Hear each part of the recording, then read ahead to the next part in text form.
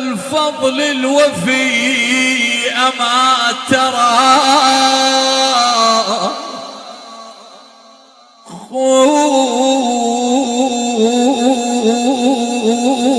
خويا يا خويا نادى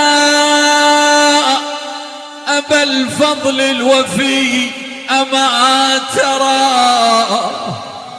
ما حل بي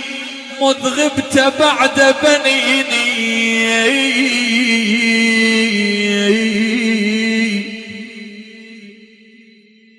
البيت الجاي بألم فبقطع كفيك اللذين تقطعا يعني يقول لأخويا جفوفك الطاحن جفوف فدوى جفوفك يا ابو فاضل فبقطع كفيك اللذين تقطعا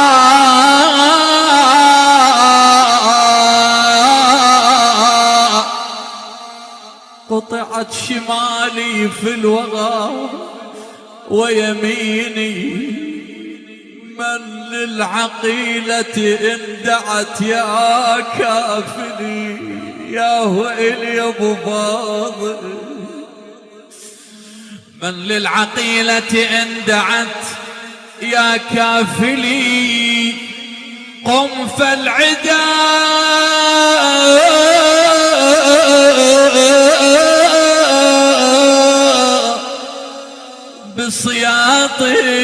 بسياطهم ضربوني يا خويا العلم قل من يشيل وقل الضيم زينب من يزيل لا شو وقت لو ركبت على الناقل هزيلة يا عباس يا المابش اسمع ايش قالت زينب من كثر ما خاف إبداعات مؤسسة حامل اللواء بإدارة أحمد محمد العبودي. أقصر قامت من كثر ما خاف يعني أخويا ما ظل تمشي على طول أخاف من عيون النظار أحبي حبيب علي أحبي حبي حسين